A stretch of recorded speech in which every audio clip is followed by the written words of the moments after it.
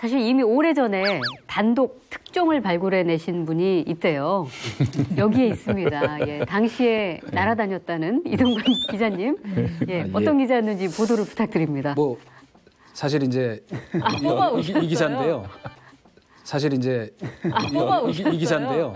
사회부 기자 시절에 제보를 받고 유관순 열사가 이제 체포되시기 전에 숨어 있었다는 독을 가서 취재해서 그 스토리를 쓴 적이 있었어요. 근데 왜 이게 이제 의미가 좀 있냐면은 사실은 그 유관순 열사의 행적에 대한 자료가 생각보다 많지가 않아요.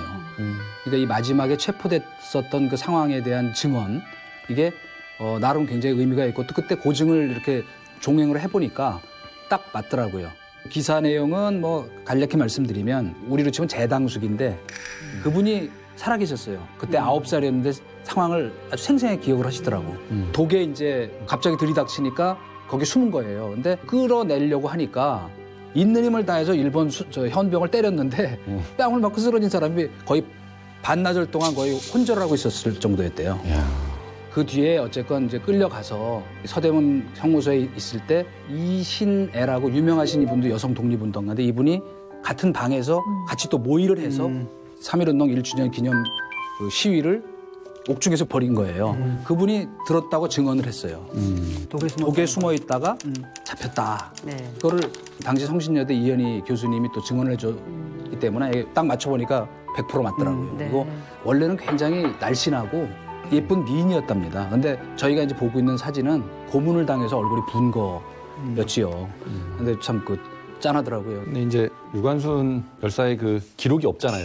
참 없잖아요. 그런데 이제 없는 이유는 유관순 열사가 해방 때까지는 우리 국민들한테 거의 알려지지 않은 그런 인물이었는데 해방 이후에 이런저런 사정으로 해서 이제 발굴이 돼서 알려지게 됐죠. 그러니까 이제 흔적 같은 게 남아 있기가 어려운데 제가 이제 그 유관순 열사의 2심 판결문을 구해서 읽어봤어요.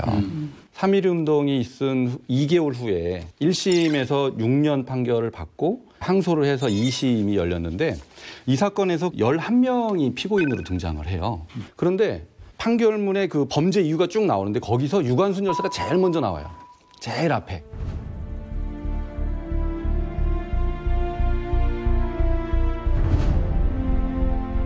그래서 이제 유관순 열사가 이 11명의 판결문만 봐도 상당히 주도적인 역할을 했다. 이 아우네 장터의 3.1운동에 대해서는.